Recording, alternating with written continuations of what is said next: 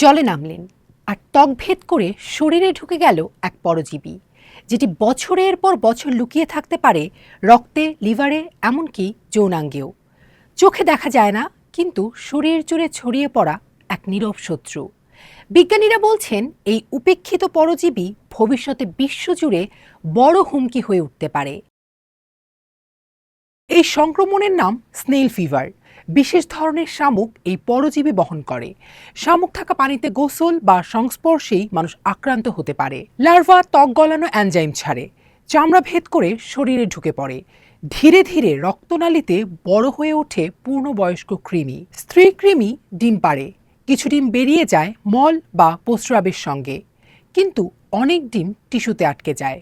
ফলে শরীরের রোগ প্রতিরোধ ব্যবস্থা সেগুলো ধ্বংস করতে গিয়ে আশেপাশের সুস্থ টিস্যুকেও ক্ষতিগ্রস্ত করে। কিছু ডিম তলপেট ও যৌনাঙ্গের আশেপাশে আটকে যায়, ফলে লিভার, ফুসফুস ও যৌনাঙ্গে ক্ষতি, পেট ব্যথা থেকে ক্যান্সার, এমনকি মারাত্মক ক্ষেত্রে মৃত্যু পর্যন্ত হতে পারে। ডিম যখন যৌনাঙ্গের আশেপাশে আটকে যায় তখন তাকে বলা হয় ইউরোজেনিটাল স্কিস্টোসিমিয়াসিস। স্নেল ফিভার সাধারণত অ্যান্টিপ্যারাসাইটিক ওষুধে সেরে যায়। প্রতি বছর প্রায় 25 কোটি মানুষ এই রোগের চিকিৎসা নেন। সংক্রমণ শনাক্ত হয়েছে বিশ্বের 78টি দেশে, যদিও বেশিরভাগই আফ্রিকা মহাদেশে। কারণ যেসব শামুক এই পরজীবী বহন করে সেগুলো মূলত আফ্রিকাতেই পাওয়া যায়। তবে চীন, ভেনেজুয়েলা ও ইন্দোনেশিয়ার মতো দেশেও শনাক্ত হয়েছে। বিশ্ব স্বাস্থ্য সংস্থা বলছে এটি এখন বৈশ্বিক উদ্বেগ।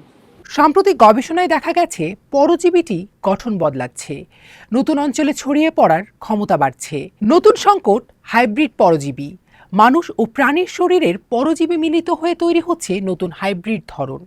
এই পরজীবী মানুষ ও প্রাণী দুজনকেই সংক্রমিত করতে পারে।